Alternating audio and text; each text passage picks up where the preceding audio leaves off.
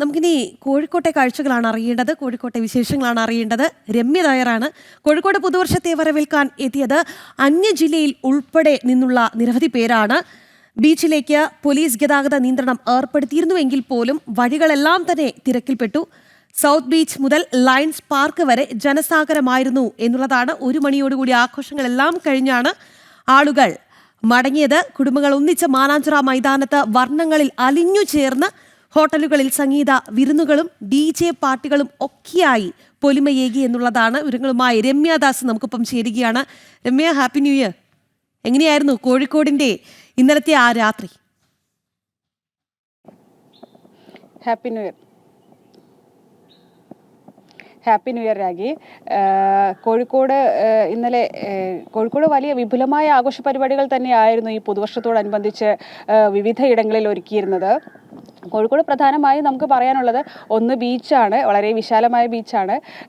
കോഴിക്കോട് ബീച്ചിനെ സംബന്ധിച്ച് എല്ലാ ദിവസവും ഒരുപോലെയാണ്, കാരണം വലിയ ആഘോഷ പരിപാടികളെല്ലാം നടക്കുന്ന ഇടമാണ്. പക്ഷേ എങ്കിൽ കൂടി ഇന്നലെ പുതുവർഷത്തെ ആഘോഷിക്കാനും വരവേൽക്കാനുമായിട്ട് നിരവധി പേരാണ് ഇന്നലെ ബീച്ചിലേക്ക് ഒഴുകിയെത്തിയത്. അതായത് അന്യജില്ലകളിൽ നിന്നുൾപ്പെടെ ആളുകൾ ബീച്ചിലേക്ക് എത്തി. വലിയ തിരക്കായിരുന്നു ബീച്ചിൽ ഉൾപ്പെടെ ഉണ്ടായിരുന്നത്. വിവിധ ആഘോഷ പരിപാടികളെല്ലാം ബീച്ചിൽ ഒരുക്കിയിരുന്നു. കൂടാതെ മറ്റൊരിടം കോഴിക്കോടിനെ സംബന്ധിച്ച് പറയുകയാണെങ്കിൽ മാനാഞ്ചിറയാണ്. മാനാഞ്ചിറയിൽ കുറച്ച് ദിവസങ്ങളായി വലിയ രീതിയിലുള്ള വിപുലമായ ലൈറ്റുകളും എല്ലാം ഒരുക്കിയിട്ടുണ്ട്. ഇത് കാണാൻ നിരവധി പേരാണ് ഇന്നലെയും എത്തിയത്. കഴിഞ്ഞ കുറേ ദിവസങ്ങളായി ഇവിടേക്ക് നിരവധി പേർ എത്തുന്നുണ്ടെങ്കിലും ഇന്നലെ കുറെ കൂടി ആളുകൾ ഈ പുതുവർഷത്തെ വരവേൽക്കാൻ അവിടേക്ക് എത്തിയിരുന്നു. കൂടാതെ തന്നെ സമീപത്തെ സ്വകാര്യ ഈ മാളുകളിലെല്ലാം തന്നെ വിപുലമായ ആഘോഷ പരിപാടികളെല്ലാം ഒരുക്കിയിരുന്നു.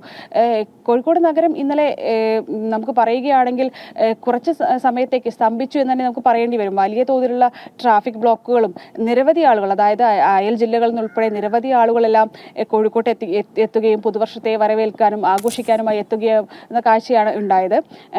ഈ കോഴിക്കോട് കടപ്പുറത്ത് വലിയൊരു ജനസാഗരം തന്നെ ഇന്നലെ വൈകിട്ടോടുകൂടി തന്നെ എത്തിയിരുന്നു. കാരണം പുതുവർഷത്തെ വരവേൽക്കാൻ നേരത്തെ എത്തി സ്ഥലങ്ങളെല്ലാം പിടിച്ച് പുതുവർഷത്തെ ആഘോഷിക്കാനുള്ള തയ്യാറെടുപ്പിലായിരുന്നു ആളുകളെല്ലാം തന്നെ. അതുകൊണ്ട് തന്നെ ഏകദേശം ഒരു 5 മണിയോടുകൂടി തന്നെ ഗതാഗത നിയന്ത്രണങ്ങൾ ബീച്ചിലേക്ക് ഉൾപ്പെടെ പോലീസ് വലിയ തോതിൽ ഏർപ്പെടുത്തിയിരുന്നു. കൂടാതെ തന്നെ കൂടുതൽ പോലീസിനെ ബീച്ചിലേക്ക് ഉൾപ്പെടെ വിന്യസിച്ചിരുന്നു. കാരണം എല്ലാ തവണയും ബീച്ചിലാണ് ഇത്തരത്തിൽ ആഘോഷ പരിപാടിക്കിടെ നേരിയ സംഘർഷങ്ങളെല്ലാം ഉണ്ടാവാൻ സാധ്യതയുണ്ടായിരുന്നത്. ഇതിനോടനുബന്ധിച്ച് തന്നെ ഇതെല്ലാം മുൻകൂട്ടി കണ്ടു തന്നെയായിരുന്നു വലിയ സുരക്ഷ നഗരത്തിൽ ഉൾപ്പെടെ പോലീസ് ഏർപ്പെടുത്തിയിരുന്നത്. ഗതാഗത നിയന്ത്രണത്തിൽ കൂടുതൽ പോലീസുകാരെ വിന്യസിച്ചിരുന്നു. അങ്ങനെ വലിയ വിപുലമായ ആഘോഷ പരിപാടികളായിരുന്നു ഇന്നലെ കോഴിക്കോടിനെ സംബന്ധിച്ച് പുതുവർഷത്തെ വരവേൽക്കാനായിട്ട് ഏർപ്പെടുത്തിയിരുന്നത് തന്നെ പറയേണ്ടി വരും.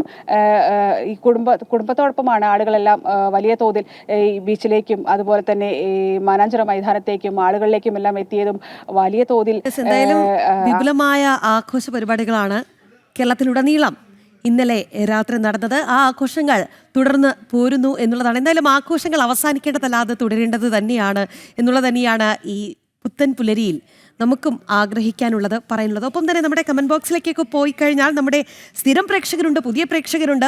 എല്ലാവരും തന്നെ അവർ പുതുവത്സര ആശംസകൾ നേരുകയാണ്. സേതു മാധവൻ, സന്ദീപ്, ശശി CR, PRP കുറുപ്പ്, വിജിൻ, സദാനന്ദൻ നെടുനിലം, വിജിൻ മേനോൻ, അങ്ങനെ നിരവധി പ്രേക്ഷകരുണ്ട്. ചിലരുടെ കമൻസൊക്കെ മിസ്സായി എങ്കിൽ പോലും അവർക്കും ആശംസകൾ അറിയിക്കുകയാണ്. നല്ലൊരു വർഷമായിരിക്കട്ടെ എന്നുള്ളതാണ്.